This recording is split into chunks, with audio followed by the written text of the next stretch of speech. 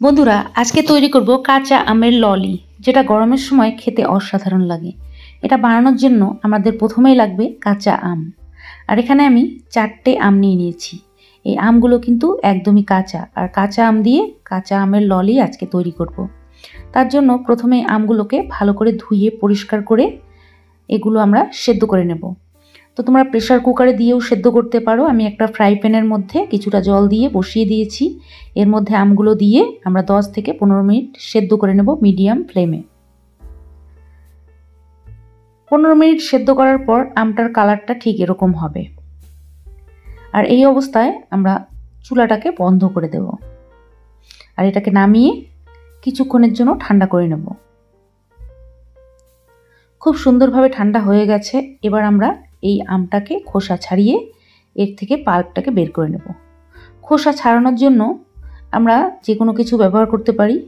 তো সেদ্ধ আমের থেকে খোসা ছাড়ানো খুব সহজ, কিন্তু এই বোটার অংশটা একটু কেটে আমরা খোসাটাকে ছাড়িয়ে নেব। খোসাটাকে ছাড়িয়ে নিলেই পাল্পটা কিন্তু খুব সুন্দরভাবে আমরা বের করতে পারবো। এখন আমরা হাত দিয়ে একটু কষলে এর যে আটির অংশটা এটাকে আমরা ফেলে দেব, আর আমের পাল্পটাকে আমরা বের করে নেব। খুব সুন্দরভাবে সেদ্ধ হয়ে গেছে। আটিটাকে বাদ দিয়ে আমরা যে পাল্পটা এটা এবার নিয়ে নেব। আমরা এবার এই পাল্পটাকে একটা মিক্সার বাটির মধ্যে নিয়ে নেব। সম্পূর্ণ পাল্পই আমরা এই মিক্সার জারের মধ্যে নিয়ে নিলাম। এবার আমরা এর মধ্যে দিয়ে দেবো কিছুটা পুদিনা পাতা। পুদিনা পাতা যদি তোমরা ভালোবাসো অবশ্যই দেবে। এই পুদিনা পাতাটা দিলে ললিটা খেতে অসাধারণ লাগবে, আর একটা সুন্দর ফ্লেভারও আসবে, আর কালারটাও কিন্তু সবুজ হবে।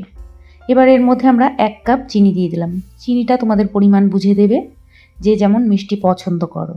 এবার আমরা এটাকে ব্যালেন্স করার জন্য সামান্য পরিমাণের একটু বিট লবণ দিয়ে দেবো। এটা কিন্তু অপশনাল, নাও দিতে পারো, তবে বিট লবণ দিলে মিষ্টি জিনিসে একটু স্বাদটা ব্যালেন্স হবে। এখানে আমরা 1 চা চামচ দিয়ে দিলাম।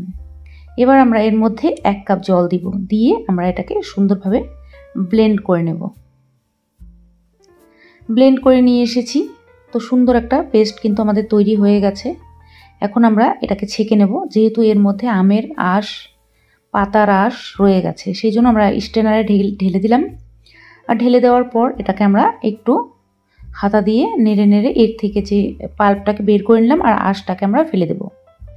এখন এই দেখো, পেস্টটা কিন্তু অনেকটা ঘন হয়েছে। তোমরা চাইলে এটাকে একটু পাতলা করতে পারো। পাতলা করার জন্য এর মধ্যে তোমরা একটুখানি জলও দিতে পারো। তোমরা এটার ঘনত্ব বুঝে এর মধ্যে জলটা অ্যাড করবে। এর মধ্যে একটু ফুড কালার দিয়ে দেবো।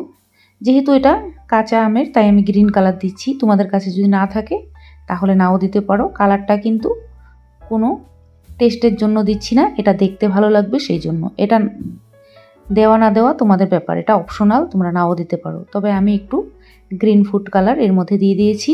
এবার 1 কাপ মতো জল দিয়ে আমরা এটাকে মিশিয়ে নেব। তো দেখো, এবার কিন্তু ঘনত্বটা পুরোপুরি ঠিক আছে। এবার এটা আইসক্রিম বানানোর জন্য বা ললি বানানোর জন্য একদম রেডি হয়ে গেছে। এবার আমরা মোল্ড নিয়ে নিয়েছি। বন্ধুরা, তোমাদের কাছে যদি মোল্ড না থাকে তাহলে কোনো অসুবিধা নেই। এরকম ধরনের glass, use and throw glass পাওয়া যায়, সেগুলো নেবে। না হলে স্টিলের গ্লাসও নিতে পারো। আর যেটা নেব কাঠিগুলো কিন্তু 10 টাকা দিয়ে অনেকগুলো কিনে আনতে পারবে, বাজারে পাওয়া যায়। যদি না থাকে বাঁশের কাঠি ব্যবহার করতে পারো। এবার আমরা মোল্ডের মধ্যে একটু একটু করে দিয়ে দেব। আমরা মোল্ডগুলোকে পুরোপুরিভাবে ভরে নেব। তো দেখো, আমরা এই যে লিকুইডটা আমরা পুরোপুরি দিয়ে দিলাম। আর যদি বেশি হয় তাহলে এই গ্লাসের মধ্যে আমরা কিছুটা দিয়ে দিলাম। তোমাদের কাছে যেরকম গ্লাস আছে, মোল্ড আছে, তার মধ্যে তোমরা সেট করে নিতে পারো। তো দেখো, আমাদের সবগুলো রেডি হয়ে গেছে। এই যে ঢাকনাগুলো, এগুলো তোমরা চাইলে দিতে পারো, তবে এই ঢাকনাগুলো না দিলে খেতে অসুবিধা হয়। তো সেই জন্য আমি ঢাকনাগুলো দেব না। ঢাকনাগুলোর বদলে আমি অ্যালুমিনিয়াম ফয়েল দিব। তোমাদের কাছে যদি ফয়েল না থাকে তাহলে যে কোনো প্লাস্টিকও দিতে পারো, কোনো অসুবিধা নেই। তবে ফয়েল দিলে সবথেকে ভালো হয়। ফয়েল পেপার আমি দিয়ে কি সুন্দরভাবে আটকে দিলাম। এখন আমরা প্রত্যেকটার মধ্যে দিয়ে দিয়েছি। এখন আমরা চাকু দিয়ে একটু মাঝখানে ফুটো করে দেবো, যাতে আমরা কাঠিটা গুজে দিতে পারি। তো দেখো, সবগুলো কাট করা হয়ে গেছে। এখন আমরা এই কাঠিগুলো ভালো করে ধুয়ে পরিষ্কার করে আমরা সবগুলো ললির মধ্যে একটা করে কাঠি দিয়ে দিলাম। এবার আমরা এটাকে সেট করব। তার জন্য আমরা চলে যাব ফ্রিজে, আর ডিপ ফ্রিজে আমরা এটাকে সেট করব। আমরা এগুলো দিয়ে দিলাম। এখন আমরা এটাকে রেখে দেব 3 থেকে 4 ঘন্টার জন্য। যার যেমন ফ্রিজ সেই হিসাবে তোমরা এটা সেট করে দেবে, যাতে খুব সুন্দরভাবে এটা সেট হয়। 3 ঘন্টা পর ফিরে আসলাম, আর আমরা এবার এটাকে বের করে নিয়েছি। এবার এটা রেডি হয়ে গেছে। বের করে নেওয়ার পর দেখো খুব সুন্দরভাবে কিন্তু সেট হয়ে গেছে। কাগজটাকে উঠে নিলাম। আর এবার আমরা কিভাবে ডিমোল্ড করব। তো দেখো একটু এগুলো জলে বসিয়ে দিলে পটাপট খুলে যায়, আর যদি কিছুক্ষণ রেখে দাও তাহলে একাই খুলে যাবে। তো এখন আমরা কি করব, এই যে এটা তো ছিঁড়ে বা কেটেই বের করা যাবে, কেননা এটার মধ্যে গ্লাসটাকে কেটে দিলেই বেরিয়ে যাবে এইভাবে। আর আমরা যে মোল্ডে সেট করেছিলাম সেগুলো এবার আমরা বের করে নিচ্ছি। সুন্দরভাবে সেট হয়ে গেছে। ঠিক যখন খাবে তখনই এটা বের করবে। তো দেখো আমাদের ললিগুলো কিন্তু সম্পূর্ণভাবে রেডি হয়ে গেছে। এবার এগুলো খাবার পালা। কত সুন্দর ললি হয়েছে দেখো। আমরা কিন্তু খুব বেশি খরচ করিনি, কতগুলো ললি হয়ে গেছে, আরও কতগুলো রেখে দিয়েছি।